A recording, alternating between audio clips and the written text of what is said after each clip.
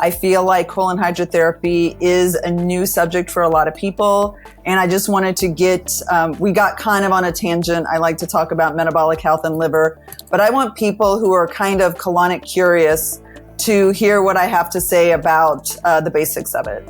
And so I have people who poop every day, twice a day, and they still feel like garbage. They don't have energy. They have weight loss resistance, meaning that no matter what they do, they can't lose weight. They feel tired all the time, Their brain fog. They can't remember things. Their sex drive is down. And these are all things I'm not saying are cured by colon hydrotherapy. What I'm saying is that colonics help us feel physically and emotionally better by flushing out and decreasing toxicity. So it takes some of the burden off of the already tired liver so you can feel better. Hello, everyone, and welcome back to another episode of Wellness for Life. I'm your host, Niki Wolf, and today we are continuing the conversation in gut health, and we are bringing you part 2 conversation with Katja of Cleanse Asheville, and we are going to really hone in on Colonics 101. I know our first episode, or part 1, we discussed colonics and got into a lot of nitty gritty and controversies and kind of laid it out for you, but today we really wanted to pull some of these hot topics, these frequently asked questions, some things that, customers might bring to Katja or other colon hydrotherapists they might be a little concerned or maybe kind of creates a little bit of timidness as to, should I go in? Should I schedule this appointment? So that's what we're going to dive into today. Katja, thank you so much for coming back, and I'm excited for this conversation. Oh, I'm excited too. We had such a good conversation. I feel like it could have gone on for hours and hours. I'm really glad we're touching back to kind of the basics. I feel like colon hydrotherapy is a new subject for a lot of people. And I just wanted to we got kind of on a tangent. I like to talk about metabolic health and liver, but I want people who are kind of colonic curious to hear what I have to say about the basics of it. Perfect. I absolutely love it. And so, recommend pausing this, going back to that episode to listen. But if you are just starting here, let's start from the beginning and lay out, what is a colonic? A colonic is the introduction of warm filtered water into the colon. It hydrates the colon, loosens waste material, and evacuates the colon of excess waste. So we are usually not eliminating as much as we should. A person should eliminate 1 to 3 times a day. And when we're not, and we're exposed to more things than we normally should be, we live on a dirtier planet than we ever have been. Our bodies are not designed to be exposed to all the chemicals, all the toxins, all the molds and things. And so our body starts to accumulate. When our toxic body burden gets larger than our body can handle, we start to have symptoms. So colon hydrotherapy is the introduction of water into the colon, and water and waste comes out. So we're lowering the toxic body burden with a gentle mechanical system. Fantastic. Now, you mentioned, we live in the dirtiest of environments than we really have before. So are colonics a new type of treatment or therapy, or has this been around for a while? No, there's been recordings of colon irrigation back to ancient Egypt. You can see pictures of colon irrigation on Egyptian hieroglyphs. They've been used in ancient Greece and Rome. And also the forefathers of Western medicine, Hippocrates, and people like that practiced and prescribed the use of enemas. There's been note of enemas used during World War II for pain relief and to help soldiers because morphine wasn't available. And up until I believe the early 1970s, coffee enemas were actually in the Merck manual, which is kind of like the Bible for physicians. There was kind of a craze in colon cleansing during Royal England times. It was kind of a aristocracy thing. And, if you really talk to older people, there are many people whose mothers used enemas and things like that to cure any ailment. because people have understood that when we get backed up, we're not feeling well. So your colon is the exit point of the body. When the body is eliminating through the liver, through the gallbladder, it needs to exit out through your bum. And so if we aren't eliminating properly, things get stagnant. Fantastic. And I've even recently had a conversation that women about to deliver, this used to be a common practice that the doctors and hospitals would provide an enema prior to delivery just to help, because it's such a controversial thing that pregnant women shouldn't be doing colonics and enemas. And I don't know if we want to necessarily touch into that, but finding out that that was a pretty common practice immediately before delivery, I thought that was pretty interesting. Yeah, it is really interesting. And I can say that I was a labor and delivery nurse for a very long time. If a lot of times when the body goes into labor naturally, women will have kind of a purgatory expulsion and will have bowel movements. There are women who take things to make themselves have bowel movements to put themselves into labor. So it kind of makes sense for the body to kind of evacuate before we, push out a baby. Yeah, exactly. So you've mentioned, a colonic, we're putting something up the bun that might not sound appealing for most people. So why would somebody choose to do a colonic? What are the benefits of colon hydrotherapy? Right before I answer that question, I just want to say that, when people hear the word colonic, oh, you're being, water up the bum. I just want to explain that what I do is a closed colon hydrotherapy system, means that there's a speculum in the bum. It's got a Y on it. There's filtered warm water going in through the little hose. The body fills up with water. When the client feels full, the client tells me, I open the valve and water and waste comes out. It is a closed system. It's very civilized. There's no smell. There's no, poop coming onto the table. So I do want to, tell people that. Go ahead. I'd like to, I've done, and I've admitted, I absolutely fully open, that I've done both systems. I'm a full fan of colonics, and I would agree with you that the closed system is very civilized. There's no noises. There's no smell. Everything is very sanitary and together. Open, it's a little bit more on the wild side. But yes, if you are contemplating getting into this, I think closed is a fantastic option. And I'm trained in both. And I can say there is a time and a place for an open system. If clients call me up and say they haven't pooped in 12 days, I know, can you imagine? Then I think an open system is better because what's coming out of your body is not going to fit through my tube. An open system is also more private. The practitioner leaves the room. The client themselves runs the unit. And some people like the privacy. I personally think it's hard that when you're first starting out in something like this to be running the machine and be relaxed enough to let go. But I do think that there's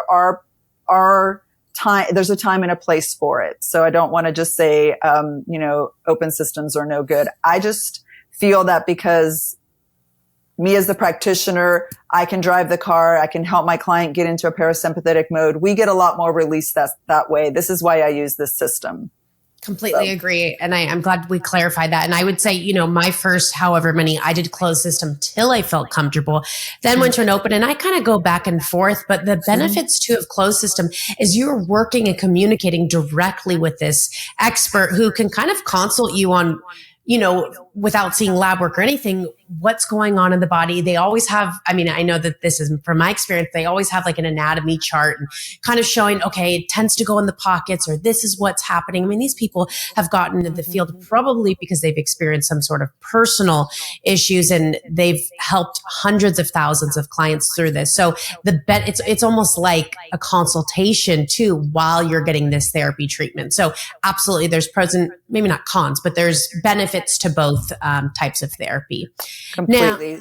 So as far as benefits go, so there are really three main benefits to colon hydrotherapy. The first one is hydration. We're putting in filtered warm water into the body. The very bottom of your colon, its job is to absorb water. As your waste is coming through, the last section absorbs the rest of the water out, so your stool is solid, so you're not having watery stool. But the reverse is true as well. I'm putting warm filtered water into your body. I go very slow. I have a very slow, deep approach. I have learned the longer I've been doing colonics, the slower I go, the more my clients release. It's all about same thing with labor and delivery and same thing with birthing babies. The more relaxed we can keep the person, the easier they release. So hydration is the number one benefit of colon hydrotherapy. Water is the lubricant that keeps things moving. The second benefit of colon irrigation is stimulation. So the colonic is there. The water goes in and acts like a weight. It creates natural peristalsis. So often the people that come to see me, the most common thing people complain about is constipation, right? They're not moving their bowels the way that they should. Even if they're having daily bowel movements, they don't feel complete the way that they did when they were younger and you were having a nice, big, huge bowel movement in the morning and it feels amazing, right? So the water is going to act like a weight. It's going to create natural peristalsis. It's going to tone the muscles. It's going to improve the function of your own digestive system. It's going to improve the muscle tone. It's also going to enhance the absorption of nutrients, right? So when the mucous membrane is in better condition and the waste is out of the way, we can absorb the nutrients better. So that's the third benefit of colon irrigation is evacuation. We're removing old debris, toxins, and gas. So people feel, if they're not constipated, they come to me because they feel gassy, bloated, they have abdominal pain. You know, if anybody calls me and says they have abdominal pain, the first thing I'm going to say is we need to rule out anything that's going on. I'm not a doctor and I'm not a primary care physician, right? So I'm here to help your digestive tract work more efficiently. So if you're having any kind of continuous abdominal pain that's been lasting for more than 2 or 3 weeks, please consult your practitioner. But there's a lot of people who eat food and within 30 minutes to an hour, they have cramping, they have bloating, they have gas. And that has a lot to do with slow transit time. When our transit time slows down, that's literally the time from when your food hits the stomach to the time it exits your bum.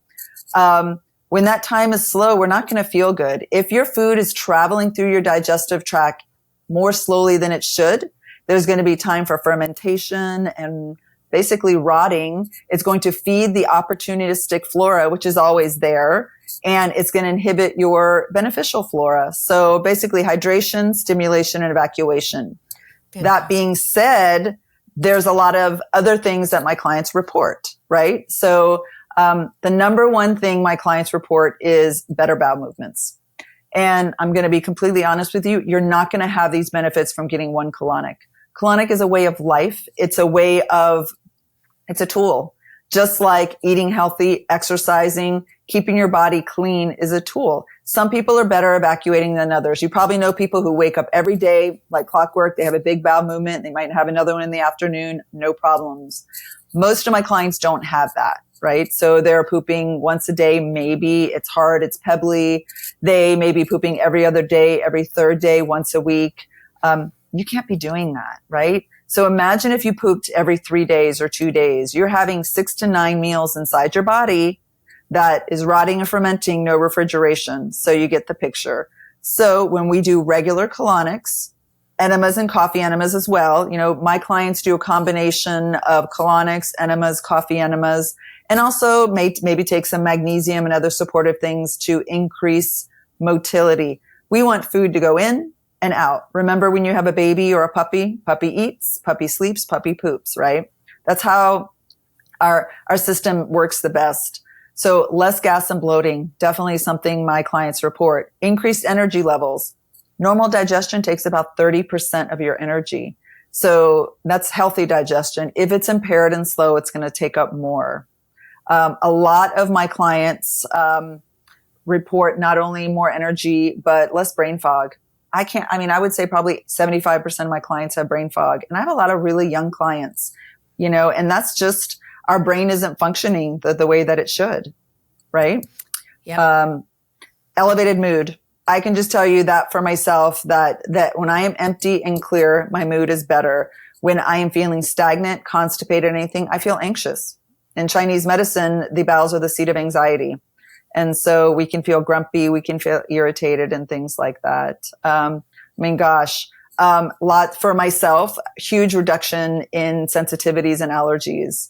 That's linked to the liver. We talked a lot about that in the first episode. It's really hard for me not to talk about the liver and the digestion at the same time because they're very intimately related. If you're having liver problems, you're having digestive problems. If you're having digestive problem, you're having liver problems. Let's see. Some people, I have several clients who, when they do regular colonics, they have less stiffness and joint pain. And these are people who have a backed up lymphatic system. Mm-hmm. So people who get up out of bed and they're really stiff, people who have swollen hands and feet, things like that. But it all makes sense because your colon is the bottom of your funnel. If we pull that marble out of the bottom of your funnel, your gallbladder and liver can move, your circulation can move, and your lymphatic system can move. Absolutely. Yeah. I can imagine skin. Like skin issues, clearing skin is probably a high one as well. I was going to talk about skin and PMS. So if something is coming out on your skin that's not supposed to be there, it's coming out because it can't come out of another avenue, right? So things like acne, eczema, psoriasis. I'm not technically legally allowed to say colonics cures those, but what cures those is getting rid of whatever's causing them. So colonics is drainage. Drainage is how your body eliminates. So colonics is helping your body eliminate better. So I have lots of clients who have improved skin from acne. They've had a decrease in their psoriasis and their eczema. And people also get all kinds of funky, weird kind of patches and things like that. I see that a lot. And people say that when they start cleaning, not just with colonics. My clients do colonics. They do liver cleanses. We work into coffee enemas. So colonics to me is just the gateway to clean living. PMS, that's the last thing we'll talk about. If we have congestion in the body, often it's going to lead to PMS. So PMS symptoms a lot of times are liver related, but also related to the amount of toxins you're able to eliminate. The liver processes excess hormones and you poop them out through your stool. So I know women who, when they do regular internal cleansing, have less PMS, less cramping, and less heavy bleeding. Fantastic. Now, let's say somebody signs up for their first colonic. Let's start from the beginning to the end. Like, what can they expect when they walk through the doors? Mm-hmm. There's the room with the table. Let's walk through kind of what that whole process looks like.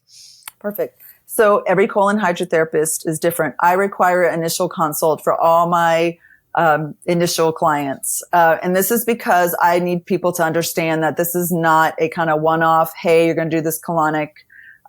So we sit down and we talk about your personal health goals. That kind of helps drive the conversation for me. Some of my clients are just there. They just want to poop better. Some of my clients want better energy. Some of my clients are doing deep protocols with other practitioners and are needing help with that to help with elimination. When you enter my office, we talk for about 20, 30 minutes. I've had you fill out your new client paperwork. That kind of asks the questions like, what are you eating? What are you drinking? How much sleep are you getting? So we kind of go over those things. And then we go over pee, poop, sweat, liver, lymph. Those are the ways that the body eliminates. And I try to investigate where you might be having stagnation. A body that's in a state of flow is healthy. Just like a river that is flowing is clear and a river that's not flowing is stagnant. So everybody has a weakest drainage pathway. For me, it's my liver. And so I work my liver. I help clients kind of figure out where the weakest drainage pathway is. Then I explain the whole process. I explain exactly what I'm going to do. I answer any questions. Then the client goes to the restroom. You empty your bladder. You undress from the waist down and you get a Turkish towel sarong that you wrap around your waist like a skirt. You come out onto the table. We lay on the table on your left side and we spend about 3 to 5 minutes doing some deep breathing and some relaxation because it's really important that we get into the parasympathetic mode. Then I insert a speculum. The speculum is, about the size of my finger. It goes into the rectum. We use lots of lube. I attach a tube to it and we roll over onto the back. I start the unit. I warm up the water and then we get going. So basically what happens is I start very slowly. I turn the water on and you'll feel a warm little trickle going into your body. Some people don't feel it right away and I go really slow. The idea is to introduce warm water into your body without creating a ton of peristalsis. I don't want to just kind of fire hose and make the body want to evacuate right away. I want to get as much water in as I can. So it starts to kind of soak your pan. If there's any dried old waste in there, it starts to soften it, right? And so when the client feels full or has a little bit of cramping, then they say, I'm ready to release. I open the valve, we release. We watch what comes out. And once the water's clear, we go back again. So it's water in, water waste out. The idea is to take in as much water as you can, without, if people's toes are curling, I release it. Like, I'm not here. I don't believe that we need to force the body. As my clients get to know me and or get more comfortable with me, they generally can take in more water, but everybody's got a different body. Some people take in a lot of water. Some people take in a little bit. There's no right or wrong. I've been doing this long enough to where I can kind of coach the client, and some people get really quiet and internal, and some people want to pick my brain and we talk about health stuff the whole time. Once we do that for 45 minutes. Once we're done, during that 45 minutes, I do some abdominal massage if it feels appropriate and the client wants that. There's a hot water bottle on your belly to kind of help you relax. There's relaxing music going on. It's a really quiet, kind of peaceful space. Once I'm done, I turn the unit off. We've done some belly massage to empty everything out. I take out the speculum. The client sits up on the table. We just sit there for a moment just to make sure that, the client feels okay. Client goes to the bathroom. And some people still evacuate into the bathroom, especially if it's your first or second colonic. And you use the bathroom for as long as you need to. You get dressed, you get a green juice, and then you're gone. Fantastic. Ooh, I like the green juice finale. I've been to a lot where, they'll have electrolytes or minerals afterwards. Yeah. But yeah, everything aligned pretty much from my experiences as well. Sometimes they have like the massage guns that you can put onto. If they offer a massage and you feel comfortable, I completely advise, because sometimes that will stimulate a release as well. Now, you mentioned cramping. Can people anticipate, is this a painful experience? What is the uncomfortability level? Obviously, everybody is individual, but what can they kind of anticipate as far as that goes? So what I tell people is a colonic should never be painful. The caveat to that is the more dry waste you have in your body, the harder your body is going to have to push to get it out. And when I mean push is peristalsis. As I put the warm filtered water in, your body's going to push back and create peristalsis. So it's been my experience that people have more cramping in the early stages of their cleansing journey. But that being said, everybody's different. I do colonics on myself once a month. To me, they are really pleasant. Really don't have any cramping. And then I do have clients who've seen me forever, and they tend to have a little bit more cramping. Then we slow things down, but the cramping isn't continual. Basically, what will happen is I'll put the water in, you'll fill up, and some people will say, I feel full, and they'll just feel a little bit fullness. Other people will feel more of a cramp. And as soon as I release, there's an immediate relief as the water and the waste and the gas is expelled.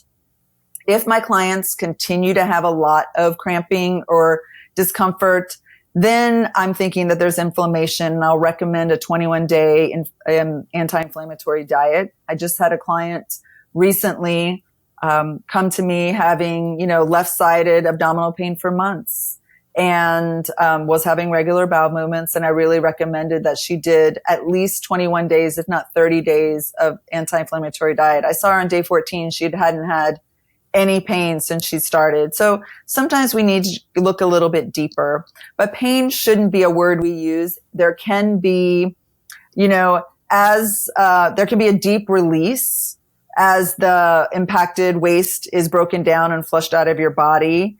But we shouldn't have any excruciating pain.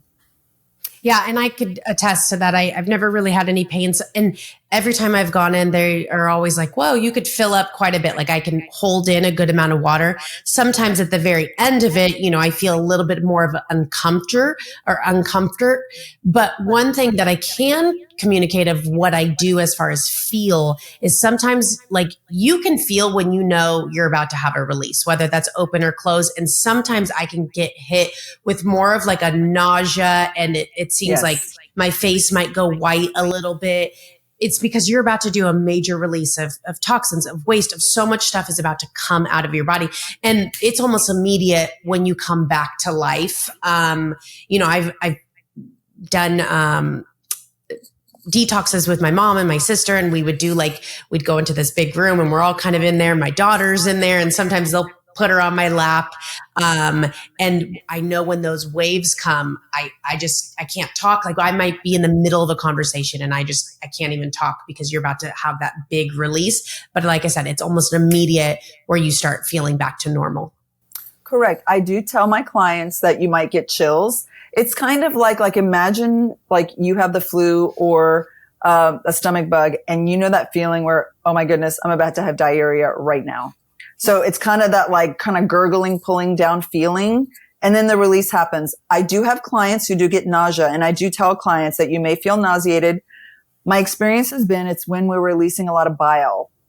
So in the first podcast that we did, we talked a lot about how the liver is filtering your blood. So your toxins are in your bile. So when you're having a lot of bile release, biliary secretions make you feel nauseated. So not that I love when people not feel nauseated. It just tells me that we've gotten deeper, right? And there are clients who continue to have nausea, and I will suggest that maybe some liver work would be beneficial. I'm not a doctor. I don't prescribe, but, I can guide people if they want to do a liver detox. I also am a really big fan of liver supportive things like bile salts. I do use a few different liver products that can help people because, I can say that everybody needs liver support. I have a 13-year-old who I do liver support with as well because they're born into a toxic soup. I don't like to be an alarmist. I'm just about creating vitality and creating a resilience. I think the reason why people are continuing to get sick these days is our resilience is really down. So, and that's part of why I do this. I do this because I want to teach people how to be resilient. And it's been my experience that the cleaner that I am in my mind and in my body, the more resilient I've become as far as mentally, emotionally, and physically. I'm way more physically resilient. We just traveled to California. I'm not sure what's going on out there, but everybody's getting sick out there. Mm-hmm. And, we're not going to do that. We are just creating resilience. When we travel, we do all the things, I do coffee enemas when I travel. We came home last night. We all did a sauna, did a colonic and a coffee enema. And I woke up this morning. We're nebulizing. Anyway, we could get off Absolutely. track again, but no, I think it's so important. And it's because we can't control all variables. We can't lower all the stressors, but what we can do is build the resilience in our bodies to be able to handle the stressors that come at us. And so I couldn't agree more. One thing that I know a lot of people ask too is, what should I wear? And I know, again, Mm-hmm. You're undressing from, the bottom down, but I know my personal experience, after this treatment, you're going to kind of want to put on something cozy, but I've also done them where I'm putting on jeans after.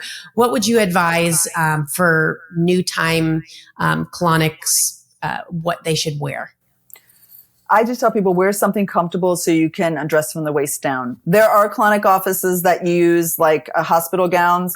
I think after working in a hospital for almost 20 years, I didn't want to be as medical, but so I just have people undressed from the waist down. You keep your top on.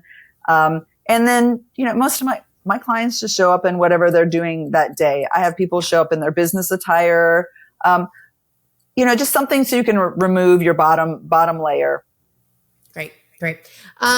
Now, as far as frequency and quantity, as far as sessions, what would you recommend? I'm assuming this kind of vary from individual and their circumstances, but what's a general rule of thumb? Right. So frequency totally depends on your goals, your diet, and your health history, like where you're at. We are all completely different, and there's no one size fits all. So basically industry standard is to do 3 colonics as close together as you can and see how you feel. I think that's a great place to start, but I try to be respectful of people's time and budget. I'm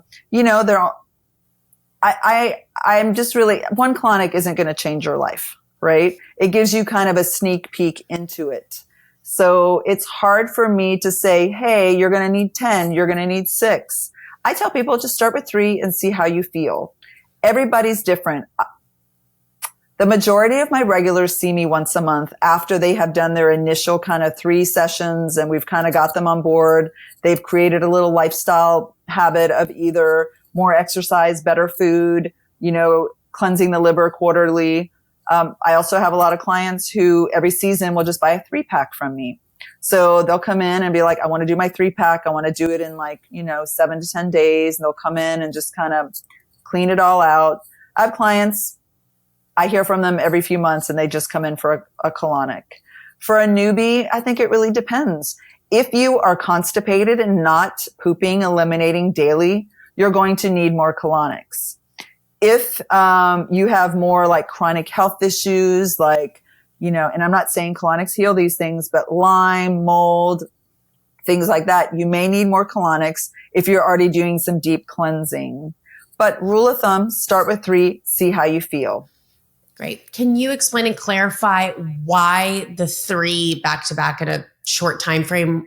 What's happening in the body and why is that beneficial? Sure. So if I get in there and you come in for a 45-minute colonic, not everybody releases ideally the first time. Your body is kind of like, what's going on? I'm hard and dry in here. I've never done this before in our mindset. So it's just kind of like opening that up, right? Some clients do release well in the first visit, not always. So we get in there a few days later, even a week later, let's get in there and let's get in there a little bit deeper, right? And then, a few days later, a week later, let's get in there a little bit deeper.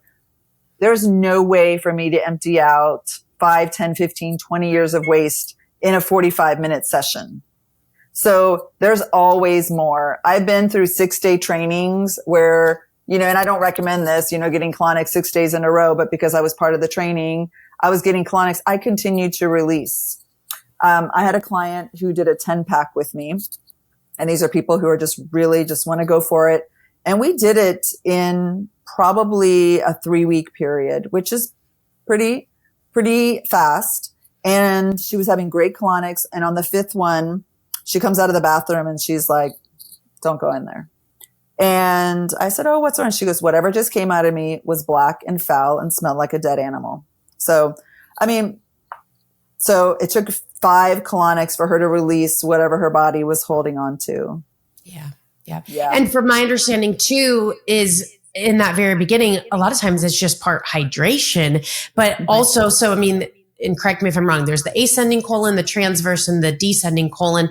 Well, sometimes the water, again, correct me if I'm wrong, when you do your first colonic, you might not be filling up all the way to the descending colon. Is that, and so the more you get those frequent ones, the further you can touch in to the deeper end of the colon. Am I on the right page? So yes and no. I would say that I'm always getting to the whole colon, but most people, honestly, their waste is in their small intestine. So you do have your ascending, transverse, and descending colon.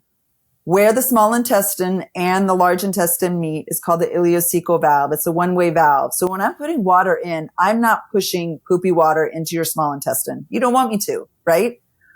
But when I fill you up and you tell me you're full and I release, there is kind of a siphoning action that happens as you're expelling, that the ileocecal valve opens the correct way and waste comes out of the small intestine. That's why a lot of times it takes people a very long time. So the session's 45 minutes.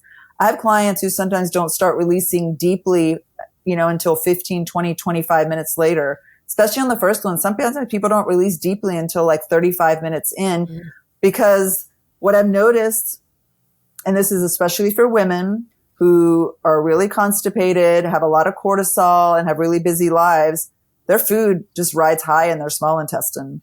And so there's 27 feet of tube from the the bottom of your stomach to your bum. There's 27 feet. And so that's why I don't stress. I just keep it really mellow. We water in. When you feel full, we go out. I let the water go in as much as possible, and then I let it come out for a long time, because even if we're not seeing waste, it's still creating that siphoning and drawing things down. And we might see a huge release, and then we go in and we might have a few flushes where we don't see anything, because in that part of your colon, there wasn't anything. And then a few minutes later, we have another big release. So I just like to give my clients really realistic expectations. I know I post things on social media and people see things on social media where you see these massive releases. Yes, those happen. I love when copious releases happen, but sometimes the magic is also in that in and out hydration, creating tone in your bowels and letting kind of things come from way deep inside.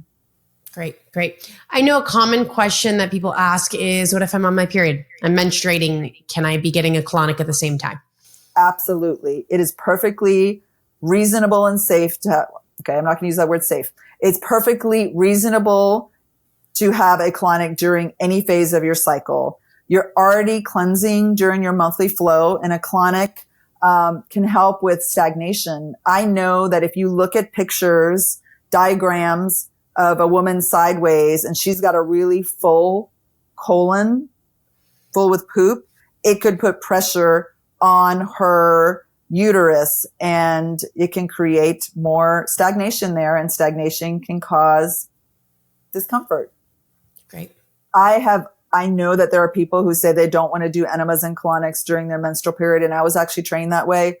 I personally feel really good. My body's already releasing, and I feel like, things like fatigue, irritability, and bloating, and even headaches. Headaches, really big. So many people take migraine and headache medicine. Never telling people not to take their medicine, but I can tell you from somebody who suffered from chronic headaches for a very long time that cleansing my bowels regularly with both colonics and coffee enemas has completely eliminated all of my headaches.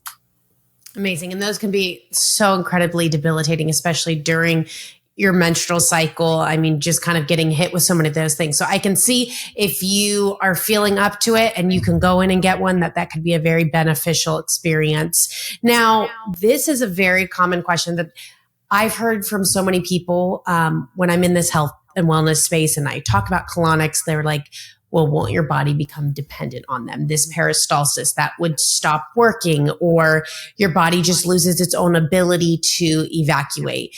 Can you expand a little bit more on if our bodies can become dependent on this and why people are bringing up that question? It's a great question. I completely understand why people would say that. And what I say is, nope. I want you to be able to independently go to the bathroom every day. That is my goal for you. Yes, I see my clients more often in the beginning, but I'm not here to poop for you. I don't want people using enemas to poop for you.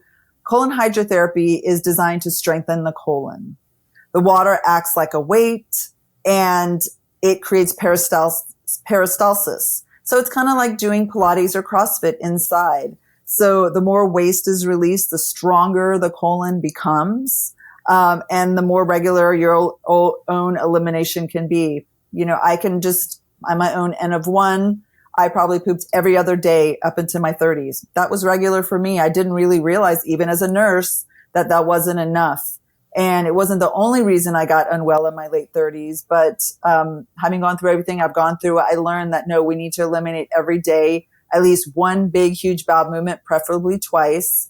And so all these things that we're doing is to help you have more regular bowel movements and to increase the tone of your own colon.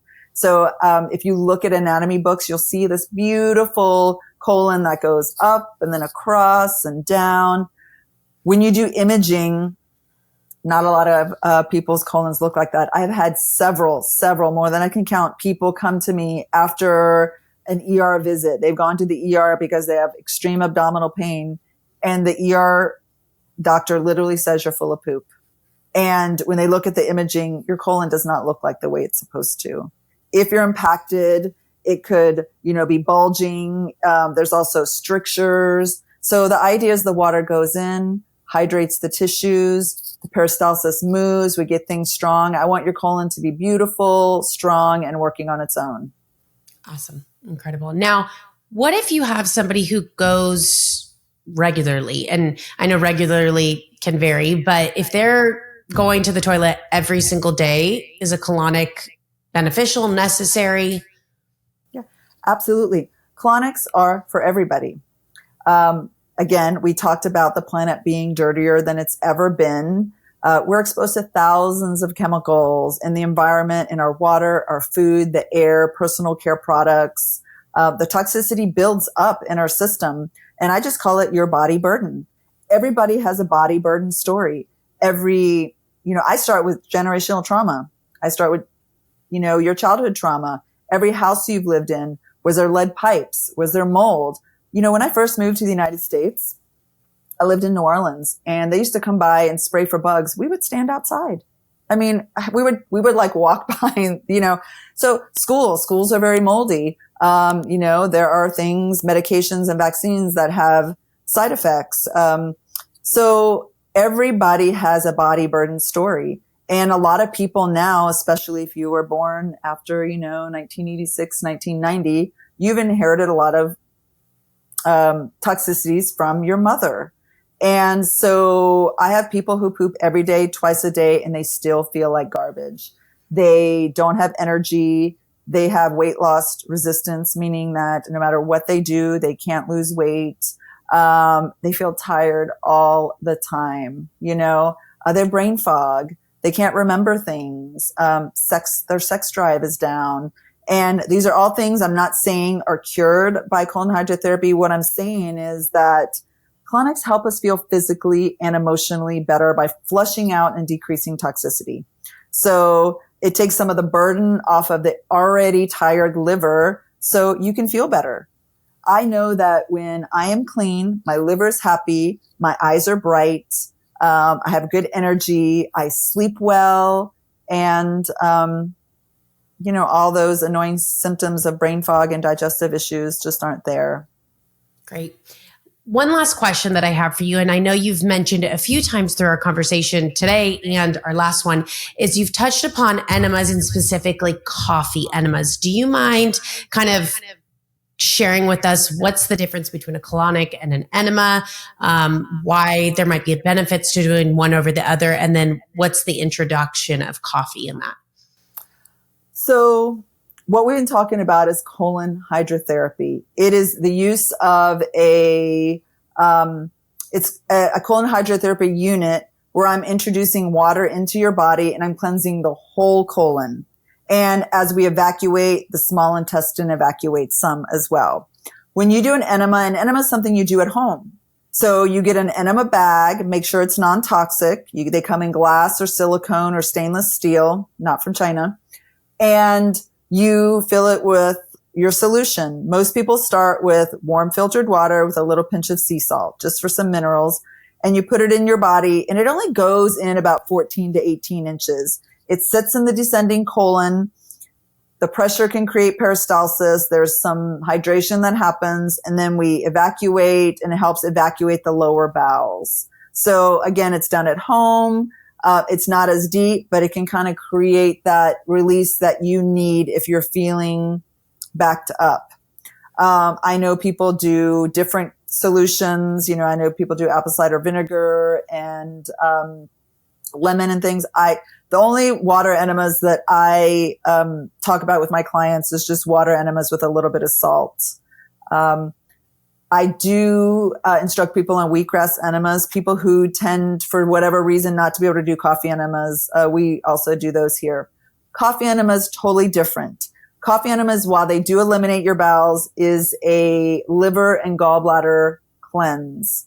The same thing happens. You put the organic mold-free coffee into your bum via your enema bag with a tube in the privacy of your own home. Most people do it in their bathtub or on their bathroom floor, somewhere near the toilet. And you put it in really slow. You're not wanting to create peristalsis because you're wanting the coffee to sit on the mucous membrane so it can be absorbed through the hemorrhoidal vein up to your gallbladder and liver. What happens is the constituents in the high caffeine coffee dilates the biliary tree. So if there's any gritty stones in there, it dilates the gallbladder and makes it open up. So all that toxic bile is flushed out. It's kind of like an oil change for your body.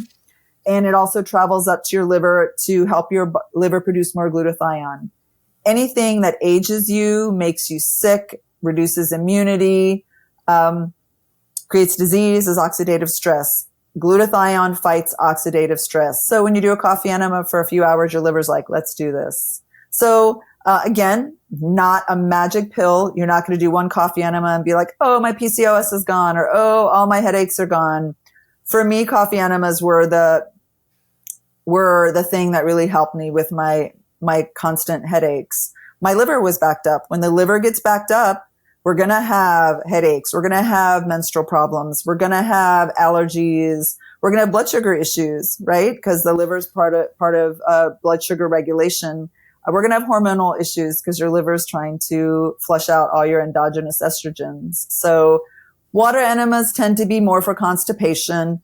Coffee enemas are for liver and gallbladder support. You will evacuate your bowels. That's what I love about coffee enemas. There's so much bang for your buck. So as that bile comes out, bile is alkaline in nature, which is very irritating to opportunistic flora. So you're kind of cleaning house a little bit there. It creates the perfect environment for your good flora, which likes that alkaline environment. It's actually mechanically flushes out stuff. So you do get the flush, you get the gallbladder support, you get the liver support, and there's an energy boost, whether it's from the caffeine or not. I'm super sensitive to caffeine, but the way that the body absorbs the caffeine is different. I'm not getting the jitters. I'm not feeling, it's not affecting my sleep and things like that. Fantastic. I think that helped clarify what are enemas, the major difference between water and coffee ones. And it sounds like if your focus is more so the constipation, water is going to be the avenue for you. And enemas are something you could do on a very regular basis. So you could do water one day and a coffee another day. Do you have a coffee that you recommend? And do you have I'm putting you on the spot with this. And do you have an enema bag or container or company that you recommend? And I'll make sure to include that in the show notes. Absolutely. So I've used a lot of different coffees. I know a lot of people use the Dr. Wilson, the light roast coffee, and I have used that.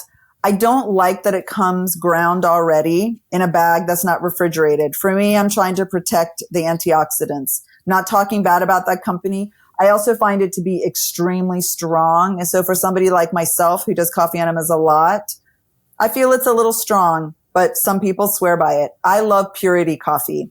They have in the brown bag, they have one that is liver supportive and it's called Protect. And I get the whole beans, keep them in my freezer and just grind a little bit at a time. I've tried Kion. They have a Moultrie coffee. It's great, bulletproof.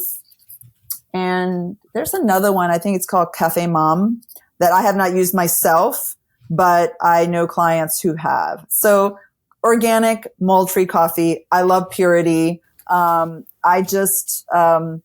one that I get from them, the liver one, is a light to medium roast. And for somebody who's going to use it regularly, I find like it's a really great, non-aggressive kind of coffee. Perfect. I'll make sure to include that. What about as far as enema bags go? Enema bags. So my favorite enema bag for beginners is the Happy Bum bag. If you know Happy Bum Co., it's an Australian company. The woman who started the company is just so informative. She's darling, and she has 2 colon hydrotherapy offices, and it's silicone. It's non-toxic. It does have a higher price point, but the one that I have, I use it for traveling. I've had it for a really long time. I have heard that there are some silicone bags on Amazon. I don't know enough about those, but definitely don't go to CVS or Walgreens and get the hot water bottle one that when you smell it, it smells like rubber. Because if you're putting in warm water or coffee, which can be astringent, you don't want to be leaching those chemicals in. There is a company that I get I have a glass one. They tend to be a little bit high maintenance. And you know what? And I'm not remembering right now what the company is right now, where I ordered it from. Not Promo Life. I'll have to tell you, you can put it on there. They have glass ones. They have stainless steel ones from there that are not made in China. I just want to make sure that we're getting actually stainless steel. The thing I don't love about stainless steel buckets is that I like to put my solution in slowly, and I can't visualize it through the enema bucket when it's hanging up. But they work. they're efficient and they're a little less expensive than the glass and they don't break. So, so non-toxic silicone glass or good quality stainless steel. Great. I do have, a coffee enema 101 from my blog that I can share with you. It does have links to all those things. I do have a post on how to do an enema on my Cleanse Asheville blog site. So there's a lot of free content out there. What I want to tell people is do your own research.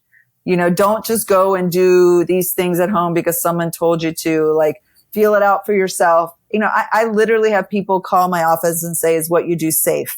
I really try to stay away from that word. Safe is relative, right? So, I'm the healthiest that I've ever been at 50 years old because I do what I've been told not to do. So, what my government and what my healthcare providers have told me not to do. I've done the opposite and I'm feeling so much better. So, but I trust myself to make good decisions. The cleaner that I get, the more my intuition and my discernment has kicked in. So do your research.